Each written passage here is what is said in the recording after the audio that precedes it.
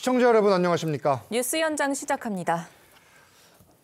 이재명 민주당 대표와 이낙연 전 대표가 오늘 오전 만남을 가졌지만 입장 차이를 좁히지 못하며 결별 수순을 밟게 됐습니다. 이 대표가 통합 비대위 구성을 요구를 받아들이지 않으면서 이낙연 전 대표는 제 갈 길을 가겠다고 신당 창당의 뜻을 밝혔습니다.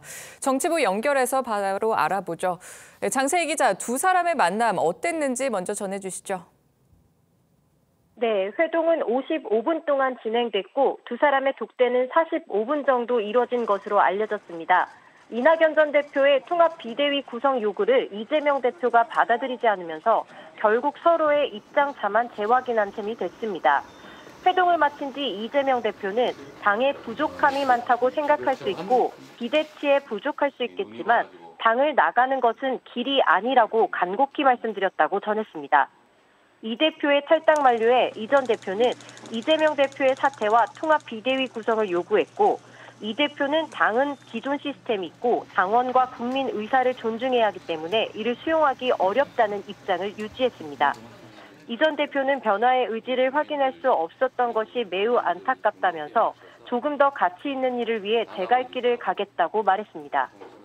이 전 대표는 새해 첫날 행주산성에서 100여 명의 지지자들과 신년 행사를 준비 중인데 사실상 신당 출정식이 될 거란 전망이 나옵니다. 이석현 전 국회 부의장과 최성 전 고양시장이 신당 합류 의사를 밝힌 가운데 비명계 모임인 원칙과 장식도 다음 달 초 탈당 가능성을 시사하고 있습니다. 정치부에서 TV조선 장세희입니다. 들으신 것처럼 이재명 민주당 대표와 이낙연 전 대표가 오늘 오전 약 55분 정도 회동을 가졌지만 입장 차이만 확인한 채 헤어졌습니다. 사실상 결별 수순을 밟게 될 전망인데 이 패널 네 분 모시고 정치권 쟁점들 자세히 짚겠습니다. 네, 최병묵 정치평론가, 정미경 전 국민의힘 최고위원, 장윤미 민주당 법률위 부위원장, 장현주 민주당 법률위 부위원장 나오셨습니다. 안녕하세요. 안녕하세요. 네, 주제 바로 보시죠. 네, 두 사람의 오늘 오전 만남 어렵사리 성사가 됐는데 먼저 어떤 이야기가 오갔는지 직접 들어보겠습니다.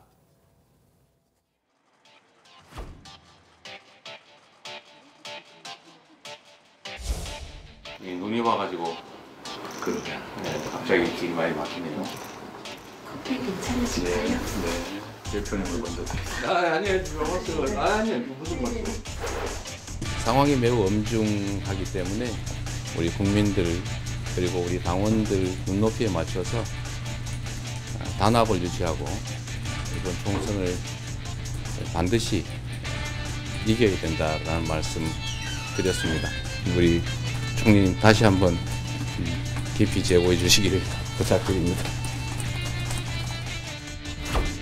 윤석열 정부의 형편없는 폭주에도 불구하고 민주당이 국민으로부터 대안으로 인정받지 못하는 것은 단합하지 않아서가 아니라 변화하지 않았기 때문입니다. 오늘 그 변화의 의지를 이재명 대표로부터 확인하고 싶었으나 안타깝게도 확인할 수 없었습니다. 좀 더 가치 있는 일을 위해서 제가 길을 가겠습니다. 이재명 대표, 우리 총리님 다시 한번 깊이 재고해 주시길 부탁드린다. 이렇게 이 대표가 이야기를 했지만 이낙연 전 대표는 안타깝게도 나의 마음이 확인이 되지 않았다. 이렇게 이야기를 했어요.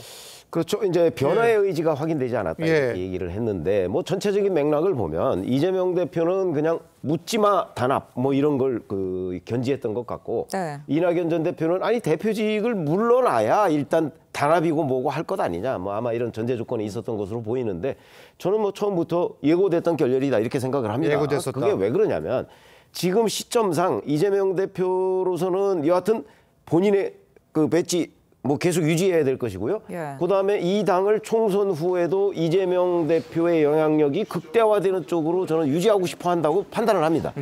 그러기 위해서는 현재와 같은 공천 시스템을 이제 뭐 친명계라고 얘기하는 임혁백 고려대 명예교수를 공천관리위원장으로 임명했죠. 그러면 자기 사람을 조금 더 많이 공천하기 위해서는 공천관리위원들도 자기 사람을 많이 넣어야 되잖아요.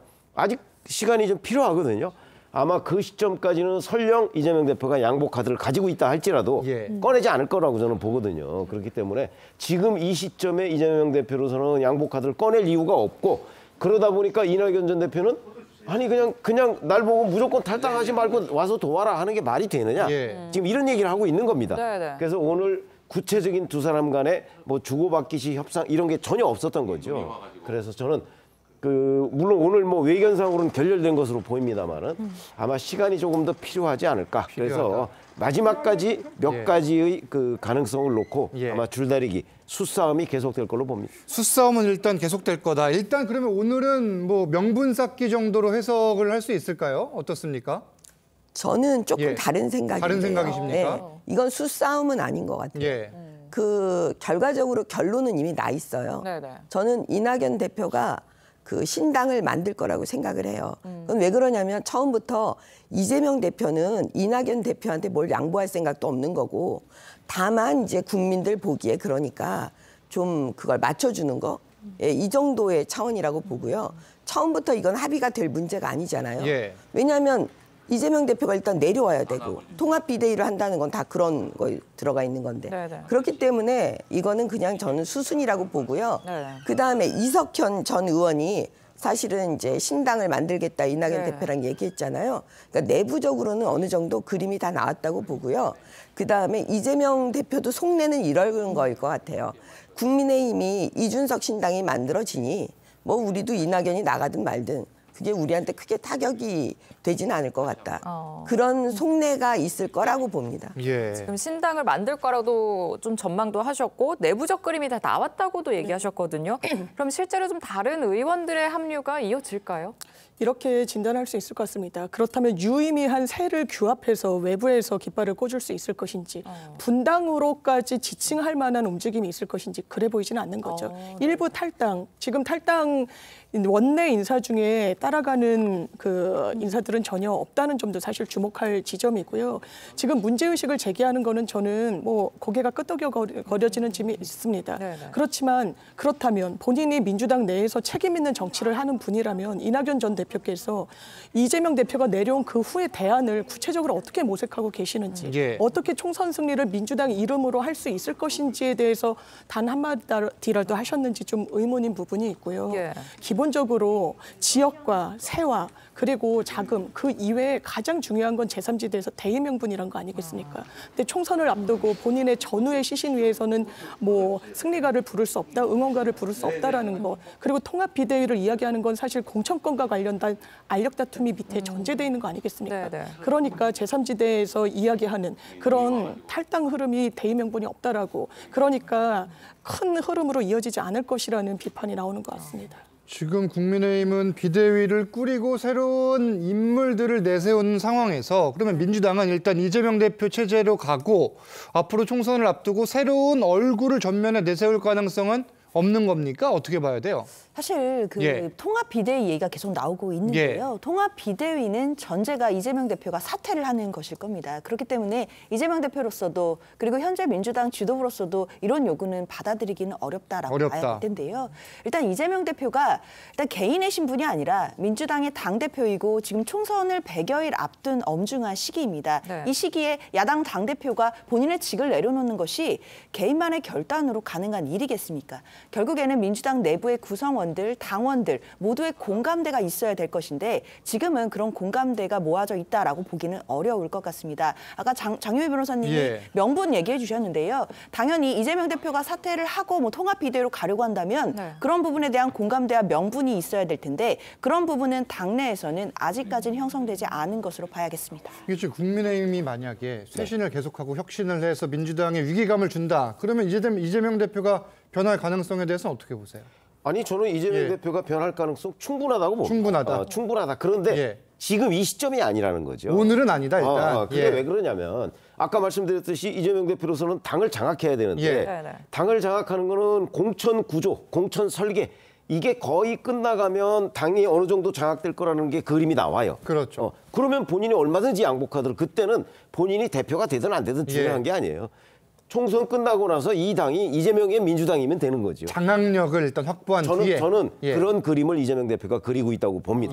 그 정도 그림이 나온 다음에 이제 양복 카드를 그때 상황을 보고 안 꺼내면 안 되겠다 싶으면 꺼내는 거고 그렇지 않고 안 꺼내도 계속 갈 수 있겠다 싶으면 가는 거고 그게 이제 지금 말씀드렸듯이 이제 국민의힘의 변화 속도하고도 맞물려 있겠죠. 그렇죠. 그런 점으로 본다면 저는 이재명 대표는 여러 가지 카드를 갖고 앞으로도 아마 이낙연 전 대표하고 또 만날 수도 있어요. 또 만날 수 있다. 그렇게 만나서 지금 꺼낼까 다음에 꺼낼까 뭐 이러고 있을 것이고 그 후에 이낙연 전 대표 측에 요구가 있을 겁니다. 뭐 이제 통합비대위라는 게 대표직 사퇴니까 그러면 이제 어느 정도 공천 설계를 다 맞춰놓은 상태에서는 이재명 대표가 뭐 본인이 이선으로 물러나고 통합비대위 구성 못할 이유가 없잖아요. 그렇게 되면 또 명분도 자기가 쥐는 거고 이선 후퇴 요구는 받아들이는 셈이 되고 다만 시점이 지금이 아니다. 이런 관점을 말씀드리는 겁니다. 향후 흘러가는 상황에 따라서 이재명 대표가 꺼낼 카드가 몇 가지가 있다. 이거. 알겠습니다. 좀 더 지켜보면 될 것 같습니다. 다음 주제로 가보겠습니다. 한동훈 비대위원장이 비대위 출범 첫날인 어제 관례대로 민주당 이재명 대표를 찾아가 인사를 건넸습니다. 다소 어색한 분위기도 있었지만 예상외로 훈훈했다고 하는데 첫 대면을 영상으로 먼저 보겠습니다.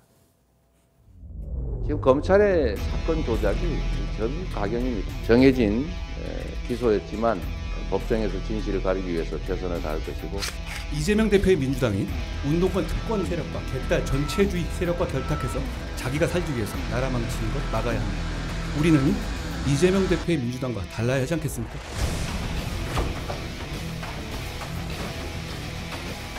앞으로 나갈까요?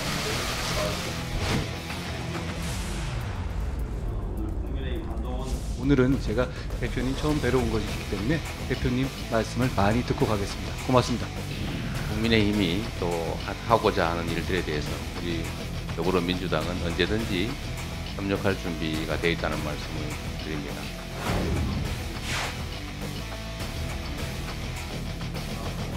혹시 김건희 특검법 관련해서 좀 의견을 표출하신 게 있을까요?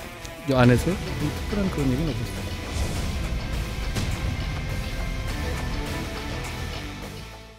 네, 어제 만남에 관심이 집중됐었는데 어제 회동 뭐 인사를 간 거잖아요. 어떻게 보셨어요? 아니 보통 이제 첫 만남이잖아요. 네네. 그리고 예방하는 거잖아요. 어떻게 보면. 그렇죠. 근데 여태까지 국회에서 저런 관례가 계속 있었잖아요. 맞습니다. 다 첫 대면은 저래요. 다 웃어요.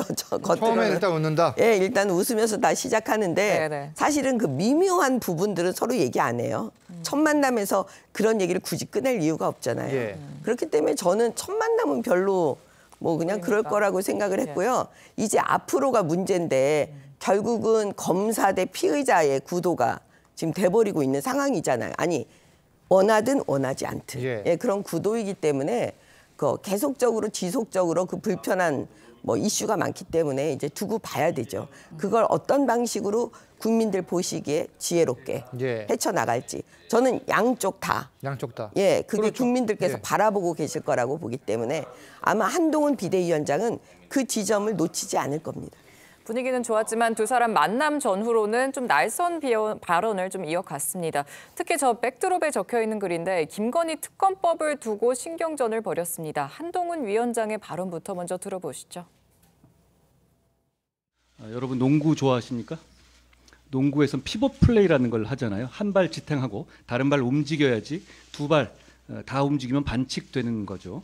두 발 다 떼고 수단과 방법을 가리지 않아도 이기기만 한다면 된다는 식으로 플레이한다면 우리가 민주당과 다를 게 없어질 겁니다. 똘똘 뭉쳐서 총선용 악법을 통과시키는 것에도 부끄러움을 느끼지 못하고 있습니다. 그러니까 저는 그 법이 총선용 악법이라고 분명히 말씀드렸죠. 그 법을 통해서 4월 9일, 4월 8일, 4월 10일에도 계속 생중계를 하겠다는 거 아닙니까? 총선 그렇게 치르겠다는 법? 저는 그거는 국민의 눈과 귀를 가리는 것이고 국민의 선택권을 침해하는 것이라고 생각합니다.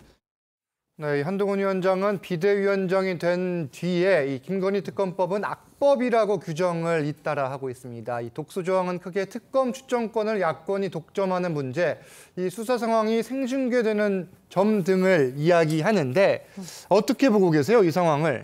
일단 이게 정의당 안이 본회의를 통과한 거죠. 어떤 의회를 통과한 법이 악법인지 아닌지를 판단하는 건 한동훈 장관이 아닙니다. 한동훈 비대위원장이 아닙니다. 국민들입니다. 김건희 여사 특검법에 대해서 만약에 이게 정치 공세에 불과하다면 국민들이 대통령의 거부권 행사에 대한 반감 그렇게 높지 않을 겁니다. 지금 악법이라고 이야기하셨는데요.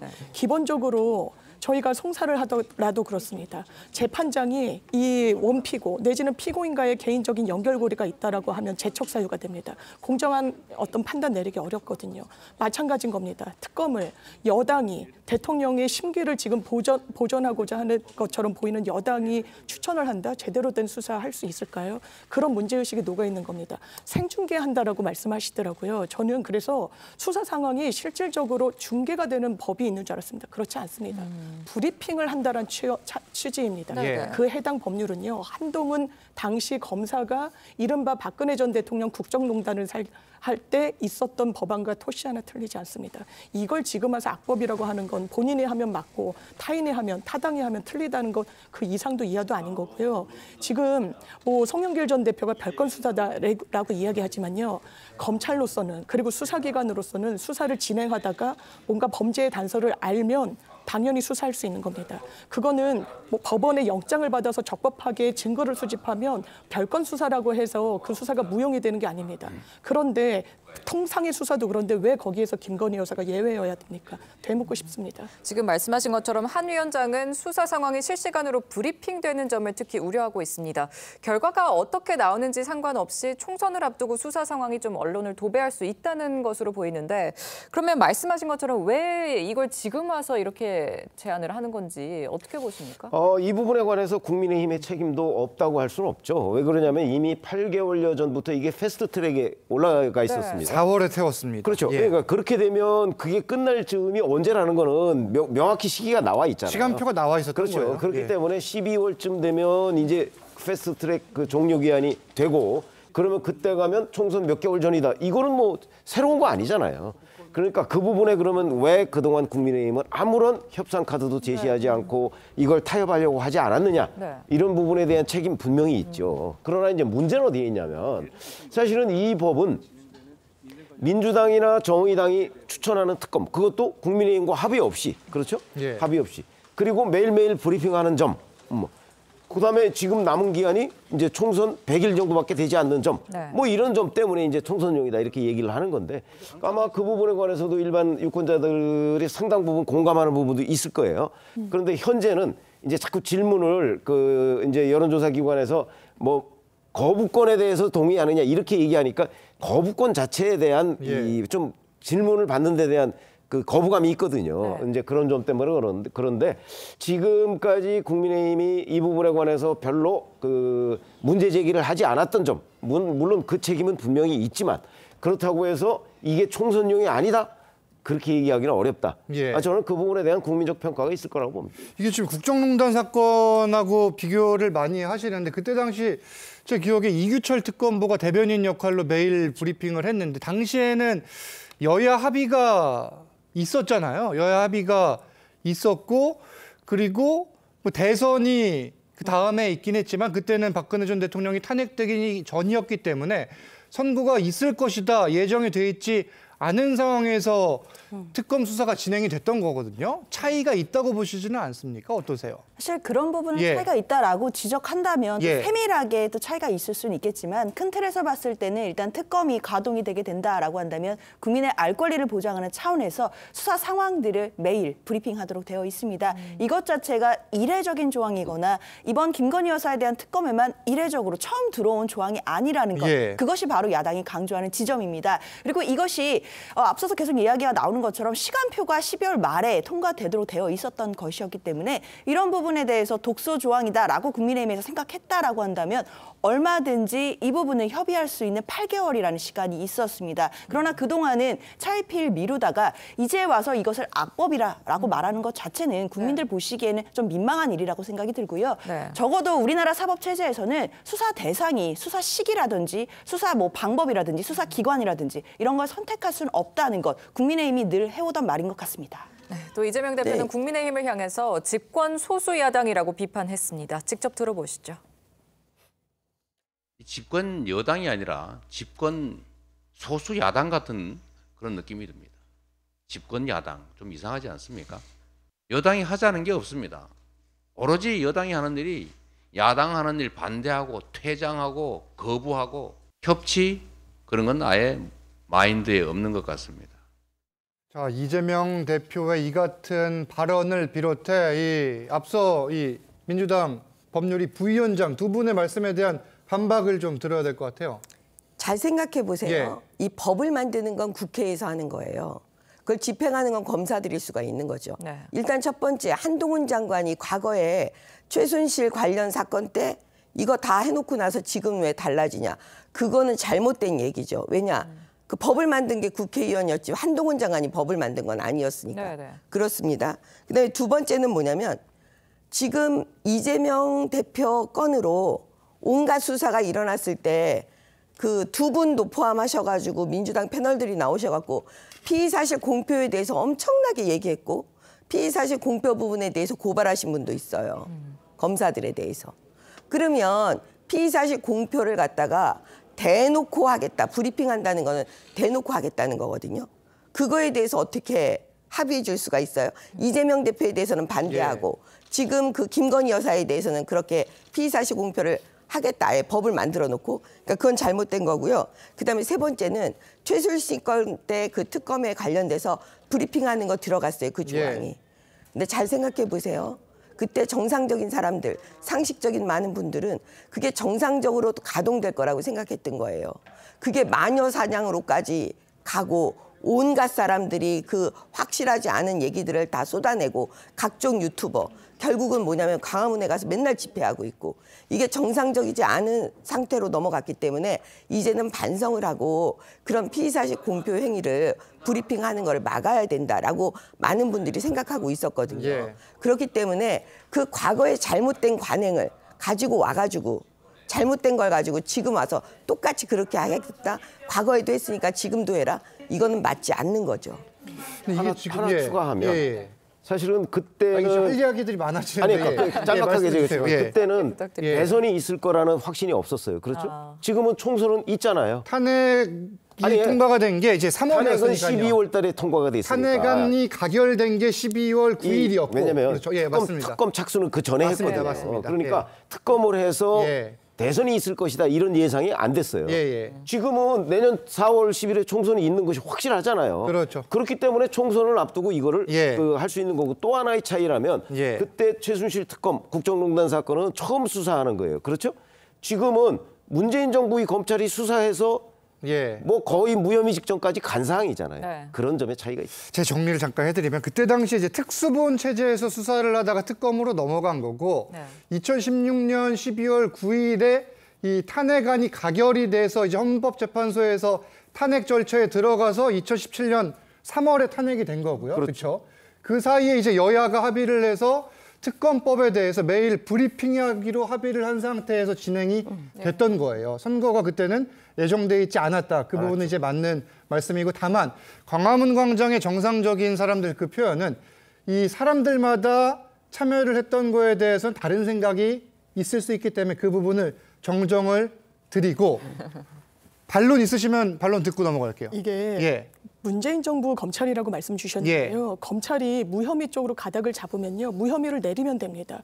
무혐의로 처분을 내리지도 못하고 기소하지도 못하고 지금 1심 도이치모터스 관련한 권오수 회장의 판결물이 있었죠. 1, 2차 관련해서 모두 1, 2차 전부에 걸쳐서 통장이 계좌가 활용됐던 것은 김 여사가 유일합니다. 그 부분에 대해서 검찰 왜 수사하지 못합니까? 왜 마침표 찍지 못합니까? 심지어 직접 전화로 매도를 냈다라는 검찰이 공소유지를 위해서 해당 공판에서 이야기한 부분이 있습니다. 이거 수사해야 됩니다. 문제 없다면 불기소 내리십시오. 이거 정권의 눈치를 보지 않는다면 수사 이렇게 해서는 안 됩니다. 짧게 말씀해 주세요. 아니 그 당시 수사했던 사람들이 중앙지검장이 이성윤, 김정수예요. 이정수예요. 그러면 그 두 사람들이 수사 다 해놓고도 기소를 못했잖아요. 일단 그 두 사람이 언론에 나와서 그 당시 자기네들이 수사를 했는데도 불구하고 기소하지 않은 이유를 먼저 밝혀야 됩니다. 알겠습니다. 일단 대통령실은 김건희 여사 특검법이 본회의를 통과한 지 10여 분 만에 곧바로 거부권 행사 입장을 발표했습니다. 들어보시죠. 지금 국회에서 쌍특검 법안이 통과됐습니다. 대통령은 법안이 정부로 이송되는 대로 즉각 거부권을 행사할 것임을 말씀드립니다. 자, 이 법안 처리 직후 대통령실이 입장을 밝힌 점 그리고 제2 요구권이란 표현 대신에 거부권이란 말을 사용한 것은 이례적이다 이런 지적이 나오는데 대통령실의 이 같은 입장 어떻게 보고 계세요? 그렇죠. 그동안 대통령께서 거부권 행사하셨던 수차례 행사가 있었는데 그때는 그래도 여러 가지 의견들을 수렴하겠다 이런 말이라도 덧붙였었는데요. 시간을 또 뒀고요. 그렇죠. 시간을 훨씬 더 뒀고요. 근데 지금은 사실상 아직 그 법안이 통과가 됐을 뿐이었는데 바로 즉각 그리고 그 거부권 행사를 하겠다라는 용어를 썼습니다. 네. 사실 헌법상 원래 정식 명칭은 제2 요구권이거든요. 그만큼 거부권이라는 말을 썼다는 것 자체 그리고 시기가 굉장히 빠르게 발표가 나왔다라는 것 점에서 대통령실이 이 법안에 대해서 굉장히 불편한 감정을 갖고 있다라는 것을 스스럼 없이 숨기지 않은 것으로 봐야겠습니다. 그러나 중요한 것은 지금 대통령실이 느끼고 있는 감정이 아닙니다. 국민들께서 저 장면을 보시면서 어떤 생각을 가지실지 국민들의 감정이 더 중요할 텐데요. 대통령실에서 국민들의 감정을 좀 더 고려하셔서 이 거부권 행사에 대해서는 조금 더 신중하게 접근해 주시면 어떨까라는 생각이 듭니다. 지금 이 김건희 여사 특검법에 윤 대통령이 거부권을 행사하기로 일단 했고 그 이후 과정에 대해서도 주목이 되고 있습니다. 재표결 시점을 두고 신경전이 벌어지는 건데 이건 왜 그런 겁니까? 원래 대통령실에서 재의 요구를 하잖아요. 예. 그러면은 이제 대통령실로 법안이 온 이후부터 15일 이내에 하면 돼요. 그러니까 이렇게 빨리 뭐 거부권 행사할 거야 이렇게 예고할 필요도 없어요. 예. 15일 이내에 거기다가 이유를 달아서 처리해 주세요. 제의를 요구하면 되는데 그럴 경우에 언제까지 처리해야 되는 시점이 없어요. 마감 시한이 없다. 그러니까 예. 뭐 보름 내에 해야 된다, 한 달 내에 해야 된다 이런 게 없어요. 언제 해도 상관이 없다. 언제 해도 예. 상관없어요. 그러니까 이제 국회 다수당인 민주당이 그거를 조절할 수가 있다는 거죠. 예. 이제 나쁜 표현으로 얘기하면 정략적으로 조절할 수가 있다는 거죠. 이용할 수 있다. 그건 무슨 얘기냐면 사실은 지금 당장 만약에 뭐 내년 한 1월 뭐 5일이나 10일쯤에 9일이 이제 임시국회 마지막이니까 그때 가서 만약에 표결에 붙이면 당연히 그 재적 3분의 2가 안 되니까 재적 과반에 출석 3분의 2 이렇게 돼 있잖아요. 네네. 근데 이제 그 3분의 2가 안 되니까 만약에 전원 출석한다고 따지면 199명이 3분의 2거든요. 당연히 안 되죠. 지금 야권 총동원 해봤자 183명입니다. 그러니까요. 그럼 16명 정도가 부족한 거죠. 그런데 이제 이게 만약에 한 2월쯤에 넘어가서 한다고 하면 국민의힘 내부에서 공천 탈락자나 뭐 이런 분들이 생길 거 아니에요.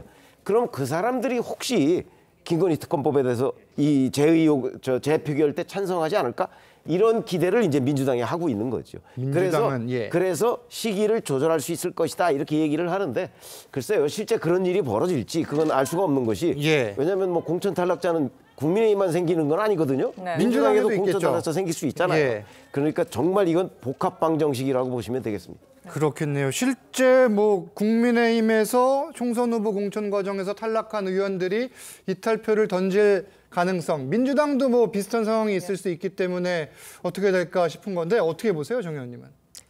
글쎄요, 이탈표를 그런 방식으로 뭐 던질 수 있을까라는 생각에 저는 약간 조금 의문이 들어요. 네. 그다음에 공천 과정에서 그 이제 수도권이나 어려운 그런 데는 다 기준이 있잖아요. 경선을 한다든가 여러 가지 구체적인 기준에 의해서 하는 거기 때문에 그런 경우에 저는 지금 국민의힘 의원 중에서 18명 이상이 이탈하면 재의결이 가능하다 그러잖아요. 그럼 뭐 18명이 전부 다 이탈한 사람들이 전부 다 그걸 할까요?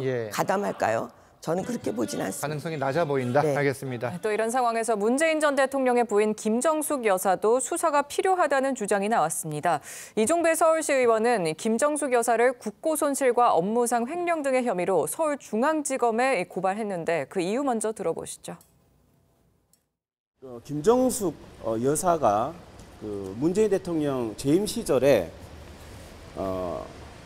피 같은 국민 세금으로 사실상 해외 여행을 다닌 의혹 그리고 수십억 원에 달하는 옷값, 옷 구입비 명백한 그 국고 손실죄이고 횡령에 해당합니다. 이제 수사기관에서 수사가 필요하고.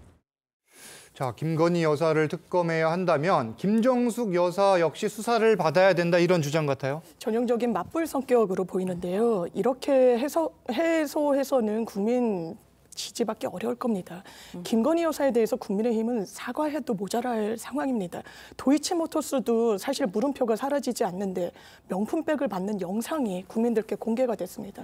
왜 말 한마디 하는 원내 인사, 지도부 없습니까? 그러면서 김정숙 여사가 언제적 영부인입니까? 국고손실죄는요. 그리고 법문상 회계 담당자가 그것도 금액이 1억 이상이어야 되는데 이거 무고성 거의 고소라고 보여지는 부분도 있어서 이런 식으로 풀어나갈 해법이 아닌 것 같습니다. 무고성으로도 비춰진다 이런 그렇습니다. 지금 주장인데 어떻게 들으셨어요? 사실 김정숙 여사에 대해서 그 당시에 그러니까 문재인 정권 시절에 사실 우리가 많이 지적을 하지 않았습니까? 네. 그 옷값의 출처에 대해서. 근데 그것도 봉해버려가지고 봉인해놓고 그것도 밝히지도 않았잖아요. 네. 그러면 그 부분은 계속 남아있는 거예요. 그러면 이게 의도적으로 김건희 여사를 타겟으로 해서 지금 특검을 한다고 하니까 당연히 국민의힘 쪽에서는 김정숙 여사의 옷값에 대해서도 특검해야 되는 거 아니냐? 그런 말 나올 수 있는 거 아니겠어요? 알겠습니다. 뭐 일단 수사기관의 의뢰를 한 만큼 어떻게 진행될지도 지켜봐야겠습니다. 계속해서 다음 주제로 넘어갑니다. 한동훈 비대위원장이 어제 비대위 첫 회의를 주재하고 사무총장 등 주요 당 인사 선임 결과를 발표했습니다. 인선 이유에 대해서도 설명했는데 내용 들어보시죠. 우리 국민의힘의 총선 실무를 담당하실 새로운 사무총장은 초선의 장동혁 의원이십니다. 우리 당이 원칙과 기준을 지키면서 승리하는 데 있어서 큰 도움을 주실 분이라고 생각해서 모시게 됐습니다. 여의도 연구원은 우리 당의 대대로 내려오는 갑오 같은 그런 보배입니다. 여론조사와 분석의 전문가를 모시게 됐습니다. 전 조선일보 기자 홍영림 기자를 여의도 연구원장으로 모시게 됐습니다. 자, 핵심 당직 인선으로 당 사무총장의 충청권의 초선인 장동혁 의원 그리고 비서실장의 변호사 출신의 김영동 의원을 임명했는데 이게 둘 다 율사 출신이라고 그러는데 어떻게 보세요? 글쎄요, 이제 이게 이제 중부권 왜 그러냐면 이제 국민의힘은 영남 중심, 뭐 민주당은 호남 중심, 뭐 이런 거 다 유권자들한테 알려져 있지 않습니까? 그렇죠. 그러니까 뭔가 중부권에서 표를 얻어야 된다, 또 중도층에서 표를 얻어야 된다, 뭐 수도권에서 표를 얻어야 된다. 그게 이제 국민의힘의 중점 과제이기 때문에 중부권의 국회의원을 그 사무총장으로 이제 공천의 가장 핵심적 요소인 사무총장으로 그 임명했다는 사실은 저는 뭐 높이 평가합니다. 그 정치적 감각이 꽤 있는 선택이었다 이렇게 생각을 하는데 문제는 지금 말씀하신 대로 또 율사. 그러면 본인도 율사, 비서실장도 율사, 사무총장도 율사. 그럼 뭐 대통령도 검사 출신. 그렇죠. 뭐 이렇게 되는 거잖아요. 이런 부분에 관해서 과연 유권자들이 몇 퍼센트나 어디까지 동의할 수 있을까 하는 데에 대해서 약간의 물음표가 쳐지고요. 또 이제 하필이면 사실은 국회의원은 국회의원인데 장동혁 신임 사무총장이 작년 보궐선거 때 들어온 국회의원이에요. 그럼 1년 한 6개월 정도 한 사람이 과연 이 중차대한 그 사무총장역을 할 수가 있을까? 이런 부분에 대한 의문이 또 들어요. 그거는 제가 뭐 그 역량을 어떻게 평가해 본 적이 없기 때문에 다만 이제 보통의 사무총장은 대개 3선급에서 하거든요. 옛날에는 뭐 4선급도 했고요. 그렇죠. 그런데 1년 6개월 국회의원 생활을 한 사람이 과연 전국적인 이게 자기 지역구만 보는 게 아니거든요. 전국적인 지역구를 다 갖다 놓고서 판단을 해야 되는 문제가 전체 판을 짜야 되는 거예요. 그런 거죠. 그런데 과연 그런 역량을 보여줄 수 있을까 하는 부분에 관해서 이제 의문이 드는 인선이었다. 이렇게 생각합니다. 네, 또 이런 상황에서 비대위원들의 과거 발언이 인선에 대한 잡음으로도 이어지고 있습니다. 민경우 의원은요, 노인 비하 논란이 있었습니다. 관련된 과거 발언 먼저 들어보시죠. 그러니까 지금 가장 최대의 비극은 노인네들이 너무 오래 산다는 겁니다. 빨리빨리 돌아가셔야. 죄송합니다. 새로운 세대가 올라와서 아까는 좀 극단적인 표현을 했지만 자연스럽게 그 선배들을 밀어내야 된다. 자, 한동훈 위원장이 일단 대한노인회장에게 직접 전화를 했고 사과를 한 가운데 연초에 또 직접 찾아가서 사과를 한다고 하는데 이 상황 이렇게 종결이 되는 겁니까? 어떻게 보세요? 아니 이제 일단은 예. 사과를 하시는 게 맞죠. 예. 그리고 직접 찾아가 뵈야죠. 사과하고요. 예. 근데 이제 사실은 민경우 비대위원이 전향하신 분이라고 사실 표현될 수가 있잖아요. 과거에는 우리 당과 같이 했던 분이 아니시기 때문에 그러니까 과거에 그 했던 발언에 대해서 만약에 문제를 삼기 시작하면 이 포용이라는 큰 틀에서 국민의힘이 놓칠 수가 있기 때문에 아마도 그 지점을 한동훈 비대위원장이 고민할 것 같아요. 근데 이제 여론이 어느 정도 이제 돌아가는지 그 상황을 봐야 될 거고, 그다음에 이제 노인회에서 대한 노인회에서 어떤 방식으로 이제 용서를 해주고 또 가실지 또 그게 이제 관전 우리가 포인트라고 보여집니다. 전향을 했다고는 하지만 이 문제가 된 발언이 사실 지난 10월에 나왔던 발언이고, 민주당에서는 뭐 이런 상황들을 종합했을 때 임명 철회가 필요하다 이런 입장일까요? 사실 타당의 우선이기 때문에 철회해라 말하는 좀 월권일 수도 있는데 다만 아쉬운 부분은 있습니다. 새로운 얼굴을 내세우겠다라고 하면서 민주당 586 사실상 공격하지 않았습니까? 기득권화됐다라는 비판 할 수 있지만 거기에 대비해서 7, 8, 9세대 이른바 20, 30, 40 세대라고 했는데 정치권의 가장 구태라고 할 수 있는 게 뭡니까? 노인 폄훼 발언입니다. 여성을 왜곡하고 어떤 반여성주의적인 시각을 드러내는 게 정치권의 구태 아니겠습니까? 근데 비대위원들 몇 면이 모르겠습니다. 생물학적 나이는 적을지 몰라도 정말 그 내면은 세신을 대변할 수 있는 인물들이라고 할 수 있는지, 노인 보고 그냥 폄훼 발언을 넘어서서 돌아가셔야 된다라고 말하는 비대위원을 공천에 어떤 큰 틀을 짜는데 지도부로 세우는 게 그게 유권자들 마음을 움직일 수 있을까요? 전 반대일 거라고 생각합니다. 또 한동훈 비대위원장은 첫 비대위 회의에서 각오도 밝혔습니다. 삼국지 정치는 하지 않겠다고 선언했는데 그 목소리도 한번 들어보시죠. 우리가 우리끼리 내부 권력에 암투할 시간과 에너지는 없습니다. 우리 내부에서 궁중, 암투나 합종 연행하듯이 사극 짓고 삼국지 정치하지 말자는 겁니다. 사극은 어차피 늘 최수종 씨 거고 제갈량은 결국 졌습니다. 우리가 할 일을 앞장서서 솔선수범해서 몸살이지 말고 하자는 말씀드립니다. 자, 이 궁중 암투나 삼국지 정치는 하지 않겠다 이렇게 이야기를 했는데, 이 삼국지와 관련된 내용을 인용을 했던 거는 사실 이준석 전 대표가 이 이야기를 많이 했었는데, 어제 이 한동훈 위원장의 발언은 어떻게 들으셨어요? 이준석 전 대표가 탈당을 하고 그러다 보니까 이준석 전 대표의 과거 발언, 비단 주머니 얘기, 아마 그런 것들을 겨냥해서 한 발언이라고 해석하는 것이 합리적이죠.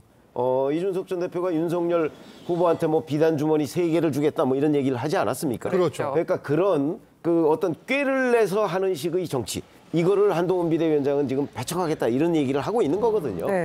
이준석 전 대표를 잡지 않은 것도 아마 이런 일련의 흐름 속에서 나온 것이 아닌가 이런 생각이 들긴 하는데, 자, 뭐 정치에는 이제 뭐 물론 뭐 꼭 정치를 꾀로 하는 건 아닙니다. 그렇긴 하지만 정치에 또 테크닉도 필요한 측면이 있거든요. 그러니까 테크닉이 없다고 치면 그러면 뭐 어떤 방식으로 새로운 정치를 해나갈 것인가, 뭐 이런 부분을 앞으로 지켜봐야 될 대목이다 이렇게 생각합니다. 자, 말씀 주신 것처럼 이준석 전 대표가 지난 2021년 윤석열 당시 대선 후보를 향해서 비단 주머니 이야기를 계속했었고 실제 전달을 하기도 했는데, 당시 모습도 보고 오겠습니다. 내용물은 이미 상당 부분 전달해 드린 것 같은데 이 상징적 의미의 그것을 제가 전달할 수 있도록 하겠습니다. 고맙습니다. 이런 게 한 몇 박스 되는 것 같습니다. 고맙습니다. 집에 가서 열어보십시오. 한동훈 위원장이 삼국지 정치를 하지 않겠다고 한 데에 대해서 이준석 전 대표는 나는 제갈량의 삶을 동경한다, 여포는 동탁을 찌른다고 맞받아쳤습니다. 이거 어떤 의중이 담겨 있을까요? 이제 이준석 전 대표가 이제 탈당을 하고 앞으로 이제 새로운 또 정치적인 행보를 해나가야 되는 중요한 시점인데요. 결국 이제는 좀 타겟으로 한동훈 비대위원장을 삼은 것이 아닌가라는 생각이 듭니다. 그동안은 이제 윤석열 대통령에 대해서 어떤 굉장한 좀 반감이랄까 대척점을 좀 삼아 왔었는데요. 지금 상대적으로 윤석열 대통령의 행보가 조금 조용한 반면 한동훈 비대위원장의 행보들을 언론을 통해 계속해서 대서특필되는 상황입니다. 그리고 이제 일각에서는 한동훈 비대위원장과 이준석 전 대표 대표의 관계가 반비례 관계 같다라는 분석들도 나오고 있거든요. 그러면 한동훈 비대위원장이 하고 있는 이야기들에 대해서 본인이 또 차별성을 두어야 되는 것도 있고 대척점에서 또 전략적으로 가야 되는 부분들이 있기 때문에 앞으로도 한동훈 비대위원장의 여러 가지 말이나 행동에 대해서 이준석 전 대표가 공격을 해올 가능성은 높다고 보입니다. 일단 이준석 전 대표는 지난 수요일에 신당 창당을 선언을 했고 이 측근이죠. 천하영인 가운데 천하람 순천갑 당협위원장 그리고 이기인 경기도 의원이 신당에 합류를 하겠다고 밝혔어요. 어떻게 보세요, 지금 이 상황? 그거는 뭐 이미 예측됐던 일이다. 네. 파급력은 어떻게 보세요? 저는 파급력 별로 없을 거라고 보여져요. 예, 왜 그러냐면 지금 한동훈 비대위원장이 새로 이제 우리 당을 어떻게 보면은 큰 틀에서 지금 함께 가겠다는 의미에서 나오고 있고 반응도 굉장히 좋거든요. 근데 이제 사실은 이준석 대표가 하는 거는 계속 국민의힘을 공격하는 거잖아요. 계속 한동훈 비대위원장을 타겟으로 해서 아마 공격을 계속 해댈 거예요. 안 봐도 뭐 그거는. 근데 그럴수록 저는 한동훈 비대위원장이 그 이준석 대표에 대해서 일일이 반응할 필요가 없다고 봐요. 그냥 계속 큰 틀에서 옆은 보지 말고 앞만 보고 계속 전진하라. 저는 그렇게 말해드리고 싶거든요. 그렇게 가면 그냥 이 신당, 이준석 신당은 그냥 미풍으로 그칠 가능성이 높다. 예, 그렇게 보입니다. 실제 미풍이 될지는 좀 지켜보기로 하고요. 네, 다음 내용도 짚어보죠. 윤석열 대통령이 어제 박근혜 전 대통령을 한남동 관저로 초대해서 점심 식사를 함께했습니다. 달성사자와 청와대 관저 등을 주제로 대화를 나눴는데 당시 모습 함께 보시죠. 아유, 장시간 차를 타셨네. 괜찮으세요? 예, 잘 왔습니다. 한 4시간 걸리셨죠? 3시간 좀 넘었어요. 네. 날씨도 찬데 여기까지. 아닙니다. 네. 앉으시죠. 이따가 점심 드시고. 네. 주한 사절들 뭐 어디 식사 좀 대접할 때도 없어서 이제 박정희 대통령께 뭐 좀 관저 공간 하나 좀 만들어 달라. 많이 받으시고 건강하시기 바랍니다. 자, 우선 이 최근 석 달 사이에 3차례 회동입니다. 어떤 정치적 배경이 있을지부터 해석을 사실 해주세요. 석 달이라고 하지만 실질적으로는 2달이에요. 2달이다. 10월 26일부터 어저께까지니까. 그러네요. 그러면 뭐 사실상 2달 한 이틀 정도 지났죠? 그 정도의 3번을 만난 거니까 2달에 3번 이렇게 표현하는 게 오히려 정확한 거고, 이제 한남동 저 공간이 사실은 외무부, 옛날에 외무부 장관 공간이었거든요. 직전까지는 외교장관 공간이었죠. 그렇죠. 그전에는 그게 외무부라고 그랬습니다. 그걸 또 이제 그 공간이었는데 그거를 지금 박정희 전 대통령 시절에 만들었다 해서 또 이제 선친이죠.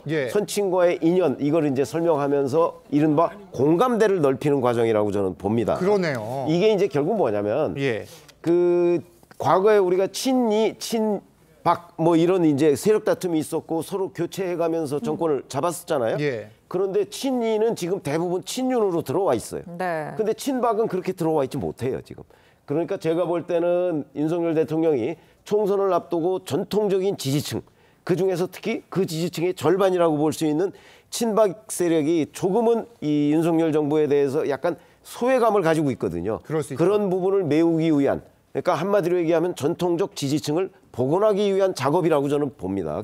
그런 점에서 이제 박근혜 전 대통령에 대한 상징적인 예우를 지금 하고 있는 거고, 아마 뭐 저기에서 그치지 않고 또 친박 일부를 좀 뭐 발탁한다든가 뭐 이런저런 여러 가지의 후속 조치가 있을 가능성도 있다고 봅니다. 그럼 저런 만남이 좀 전통 지지층에 그만큼 좀 영향을 줄 수 있을까요? 어떻게 보십니까? 저는 영향을 줄 수 있다고 봐요. 그다음에 지금 TK, 대구 경북에 사실은 지지율이 옛날 같지는 않잖아요. 근데 이제 박근혜 대통령 상징적인 분이시니까 그래서 저 모습을 보면 저도 마음이 막 움직이는 그런데 그렇습니까? 그럼요. 대구 경북에 계시는 많은 당원들 또 우리 시민들께서 저는 마음이 충분히 움직이시고 그다음에 이제 결과적으로는 이번 총선에서 공천 과정에서 과연 이제 얼마만큼 흡수할 수 있느냐. 그게 그다음 단계에 이제 우리가 볼 수 있는 거 아닐까 생각합니다. 알겠습니다. 다음 소식 이어갑니다. 보복운전 혐의로 벌금형을 받은 뒤 공천 부적격 판정을 받은 이경 민주당 전 부대변인 소식인데 일단 화면을 하나 보여드리겠습니다. 현수막 그림인데 자, 일단 이경 전 부대변인이 2년 전 자신의 차를 운전한 대리기사를 찾겠다 이런 현수막 영상이 지금 나오고 있는데 이게 왜 갑자기 대리기사를 찾겠다면서 현수막을 건 겁니까? 아마 정치적으로는 본인이 이제 출마를 할 수 없게 된 상황에 대해서 재심이 있고 또 항소심도 준비해야 되지 않겠습니까? 1심에서 변론의 핵심은 그랬던 것 같습니다. 내가 실제로 운전대를 잡았던 것이 아니라 이제 대리운전 기사가 운전을 하셨는데 내가 직접 부른 대리기사가 아니라 누군가가 불러줬기 때문에 내가 특정해낼 수가 없다. 근데 이제 관련해서 블랙박스나 이런 거는 제출을 못했기 때문에 본인에게 자료가 없는 것 같고요. 그렇다면 해당 대리기사가 있다라는 게 이경전 부대변인의 주장 내용이기 때문에 물색해서 한번 찾아보겠다. 그래서 이걸 재판에도 그리고 당에도 한번 내보겠다. 이런 좀 입장인 것 같습니다. 근데 이경전 부대변인은 좀 9,700여 곳의 대리기사 업체를 직접 찾아다니면서 뭐 찾아 나서겠다 이렇게 얘기를 했는데 저는 좀 궁금한 게 블랙박스도 없고 뭐 지인을 통해서 좀 알아볼 수도 있었을 텐데 저런 현수막을 거는 방식밖에 없을까요? 어떻게 보세요? 아니 1심 판결이 나도록 그동안은 뭐 했죠? 이제 2년 전이라고는 하지만 지금 당장 그 무슨 문제가 된 게 아니에요. 원래 그 문제가 있었던 그 보복운전 그로부터 2달쯤 뒤에 경찰로부터 전화를 받았다면서요. 예. 그러면 이제 그게 무슨 장면이었는지를 아마 충분히 기억을 더듬거나 아니면 그때 이런저런 이제 조사를 했거나 그랬을 거예요. 네. 그렇게 해놓고 지금 판사도 인정할 수 없는 주장을 해서 결국 벌금 500만 원이 나왔잖아요. 네. 근데 지금 와서 저걸 가지고 다시 뭐 무슨 대리기사를 찾아서 어딜 다닌다. 아니 본인한테 대리기사를 불러준 사람이 있잖아요. 그 사람이 지금 기억이 안 난다고요? 그거 일정 보면 다 나올 텐데요. 네. 대리운전은 본인이 대리운전을 시켜서 만약 간 게 사실이라면 대리운전은 그날 약속의 마지막 장면이었을 거예요. 그렇죠? 집에 갔으니까. 네. 그러면 마지막 약속 며칠 이렇게 해보면 금방 나와요, 누군지. 그리고 만약에 대리기사를 불러준 사람이 있다면 그 사람은 기억했을 것이고 그다음에 또 하나는 본인은 만약에 정말 대리기사가 운전해서 갔다고 한다면 보복운전을 최소 2번 한 걸로 돼 있잖아요. 네. 그러면 이제 급정거를 뭐 2번을 했으니까 잠을 당연히 깼겠죠. 기억이 안 남을 수가 없고 저희도 대리운전 지금 한 35년 이제 해본 경험이 있지만 대리운전 기사가 보복운전을 한다. 보복운전은 사고 날 걸 각오해야 돼요. 여러 가지로 볼 때 상식적으로 불가능하다. 근데 왜 지금 저런 얘기를 하느냐? 지금 재심 청구 들어가 있잖아요. 그걸 뒤집기 위한 작업으로 봅니다. 이게 뭐 아직 1심 선고 결과가 나온 상황이기 때문에 뭐 저희가 완전히 단정 지을 순 없지만 뭐 상식적으로 생각했을 때 뭐 이런 생각이 들 수밖에 없는 거 아니냐 지금 이런 말씀인데 그러면 뭐 이경전 부대변인이 어떤 태도를 취해야 한다고 보십니까? 일단 본인 입장에서는 일단 뭐 출마도 지금 상당히 제약을 받는 상황이고 그리고 재판에서도 항소심에서 대응을 해야 되는 상황입니다. 그렇기 때문에 본인이 나름대로의 사실관계를 입증할 수 있는 증거들을 찾아 나가겠다 이제 이런 노력으로 봐야겠는데요. 뭐 이것과 별도로 일단 당 입장에서는 이런 부분들을 뭐 법원이 되었던 또는 이제 팩트가 되었던 사실관계로서 인정을 받아와야 뭐 바뀌어질 가능성이 있다라고 볼 수 있기 때문에 이런 부분에 대한 노력을 하는 부분들은 또 노력하는 부분인 것이고 뭐 당이 결정하는 부분들은 또 당이 결정하는 부분들이 있기 때문에 좀 이 부분들은 좀 차분하게 좀 지켜봐야 될 것 같습니다. 알겠습니다. 정치권 쟁점은 여기까지 짚겠습니다. 감사합니다. 감사합니다. 감사합니다.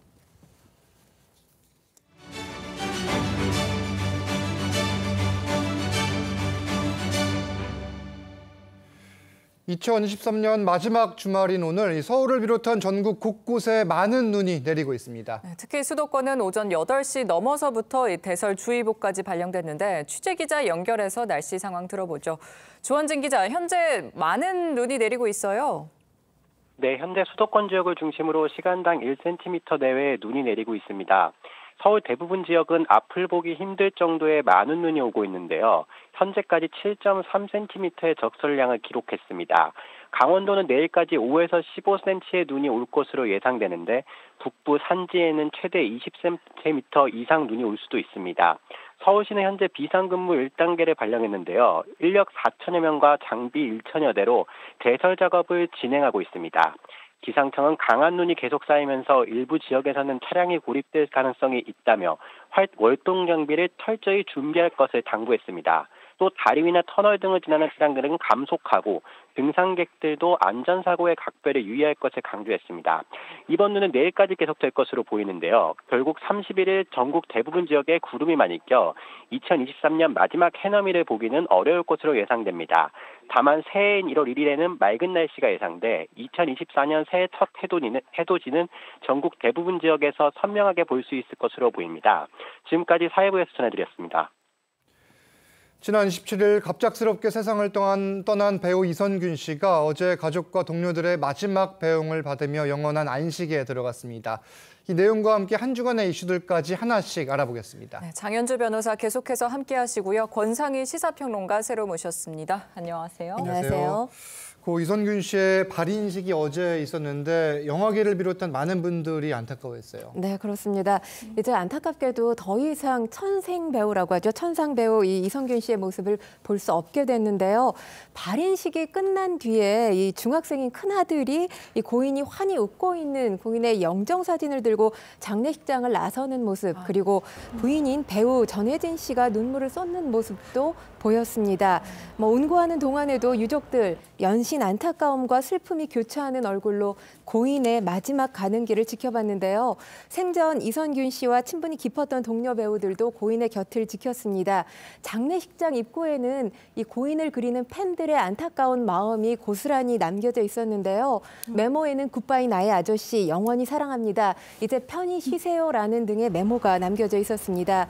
이제 이선균 씨의 모습 더는 볼 수 없지만 그가 남긴 훌륭한 작품들로 오래도록 대중의 마음속에 기억될 것 같습니다. 네, 너무 마음이 아팠는데 그런데 일부 또 유튜버들이 이선균 씨의 장례식장을 기습 방문했다고 해요. 이건 그렇습니다. 고 이선균 씨의 빈소가 차려졌던 서울대병원 장례식장에 유튜버들이 말 그대로 만행을 벌인 건데요. 예. 이런 난동 속에서 그 만행 자체가 어제 그 발인식에까지도 이어졌습니다. 한 남성이 휴대폰 카메라를 들고서 이리저리 왔다 갔다 하면서 발인식 중에 거기에 참석해 있는 배우들의 얼굴을 찍기도 했고요. 예. 그렇기 때문에 당시 그곳에 검은 옷을 입고 있던 한 여성도 사람이면 이렇게 하지 말아달라, 촬영하지 말아달라라고 호소를 했다라고 합니다. 소속사에서도요, 기습 방문해서 취재하고 유튜버들이 밤낮을 가리지 않고 막무가내로 장례식을 방문해서 이 상황 자체가 잔혹하다라고 표현을 했습니다. 소속사에서도 보도자료를 통해 감당하기 어려울 만큼 잔혹한 상황이다 이렇게 호소를 하기도 했는데 이 유튜버들 중에서는 이선균 씨와 관련해서 가짜 뉴스를 또 지속적으로 올리기도 했다는데 처벌이 불가능합니까? 이런 경우에? 이 부분에 대해서 유튜버들은 처벌받지 않는다라고 잘못 알고 계시는 분들이 계세요. 그 부분은 유튜버들을 그러니까 1인 미디어를 방송으로 취급하지 않고 방송법이나 언론중재법이 적용되지 않는다는 것이고 그것도 아직까지 적용되지 않을 뿐입니다. 다만 유튜버들이 가짜뉴스를 퍼부는 것 명예훼손으로 당연히 처벌할 수 있고요. 정보통신망법에 의해서 가중처벌이 됩니다. 7년 이하의 징역이나 5천만 원 이하의 벌금에 처해질 수 있고요. 물론 이 과정에서 초범이거나 할 때 법원 에서 일부 벌금형으로 끝나는 경우들이 있기는 하지만 그렇다 하더라도 이 사태의 또 엄중함을 생각했을 때 법원에서도 이제 점점 형이 중해지는 추세에 있기 때문에 유튜브들이 유튜버라는 그 미명 아래에 가짜 뉴스를 퍼뜨리는 일은 절대 있어서는 안 되겠습니다. 또 이선균 씨의 갑작스러운 사망으로 경찰이 무리한 수사를 한 게 아니냐 이런 논란도 여전합니다. 경찰청장이 직접 나서서 수사는 잘못되지 않았다는 입장을 밝혔어요. 네, 윤희근 경찰청장이 직접 나선 건데요. 경찰 수사가 잘못돼서 그런 결과, 그러니까 이선균 씨가 극단적인 선택에 이르렀다. 여기에는 동의하지 않는다라고 입장을 분명히 했습니다. 그리고 이선균 씨 변호인과 관련해서 이 3차 소환조사 비공개로 요청을 했는데 경찰이 거부한 것에 대해서는 수사관행과 공보준칙을 이 기회에 되짚어서 문제가 있다면 보완할 건 보완하겠다라는 취지의 발언을 했습니다. 그리고 또 경찰 관계자의 발언을 조금 제가 덧붙인다면 이선균 씨가 3번의 소환조사 때 세 번의 소환 조사 때마다 변호사 2명을 동반 참석하게 했다고 합니다. 그리고 최근에 야간 조사가 지난주에 진행되지 않았습니까? 이 야간 조사 당시에도 이선균 씨의 동의를 받아서 조사가 진행됐다는 게 경찰의 입장이고요. 그리고 이선균 씨의 조사 당시 모습은 영상으로도 남아있다라고 하면서 무리한 수사라는 건 아니었다. 이런 입장을 밝히고 있습니다. 이게 다만 제 주변 법조인들 사이에서도 이번 지금 상황을 놓고서 논란이 좀 많기는 한 것 같아요. 그렇죠. 일단 물론 경찰 입장에서야 어떤 그 수사 과정에 문제는 없었다라고는 하고 있지만 아쉬움이 남는 대목은 그렇습니다. 일단 3번에 걸쳐서 공개 소환이 있었거든요. 그렇죠. 우리가 수사 공보 규칙이 개정이 돼서 원칙적으로 포토라인에 세우지 않게 되어 있습니다. 물론 예외적으로 할 수 있는 경우들이 있겠지만요. 그러나 이성균 씨는 앞서 한 차례, 2차례 모두 다 공개 소환이 됐었고 3차 조사 때만큼은 비공개로 해달라는 요청을 했다라는 것이 지금 언론에 알려진 바가 있습니다. 그런데 그런 부분들이 왜 들어지지 않았는지에 대해서 경찰이 물론 나름의 해명을 하고 있지만 보다 더 전 자세한 진상 조사가 필요하지 않나라는 아쉬움이 듭니다. 지금 수사는 계속 진행되는 것 같은데 이성균 씨를 협박해서 수천만 원을 챙긴 혐의를 받는 20대 여성 A씨 구속됐다고 해요? 네, 그렇습니다. 이 여성 지난 26일에 열린 영장실질심사에 돌연 불출석했죠. 그래서 경찰이 소재 확인에 나서기도 했는데요. 28일에 이 언론의 모습을 드러냈습니다. 하지만 거의 얼굴을 볼 수가 없었다라고 할 수 있습니다. 뭐 모자를 쓰고 두꺼운 겨울 외투를 입었기 때문에 얼굴을 알아볼 수가 없었던 입장인데 일단 법원은 이 20대 여성 A씨에 대해서 도주와 증거인멸을 이유로 이 구속영장을 발부한 상황입니다. 알겠습니다. 관련 내용은 계속 지켜보기로 하고 다음 소식도 짚겠습니다.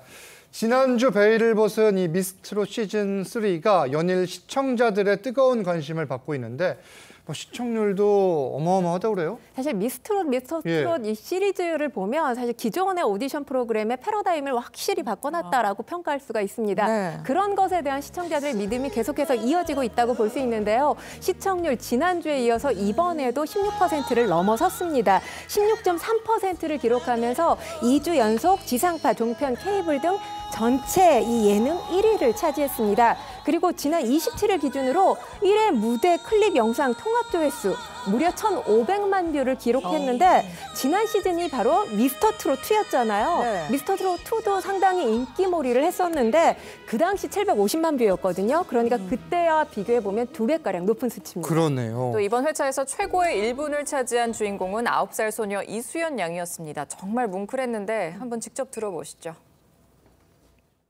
제 곁에는 안 계시지만 제 가슴 속에는 계신 아버지께 들려드리고 싶어서 이 곡을 선택했습니다. 오늘따라 우리 아버지 보고 싶어요. 우리 아버지 이게 지금 9살 소녀가 부르는 노래 맞습니까? 네, 그렇습니다. 다시 봐도 가슴이 굉장히 찡해지는 그런 느낌인데요.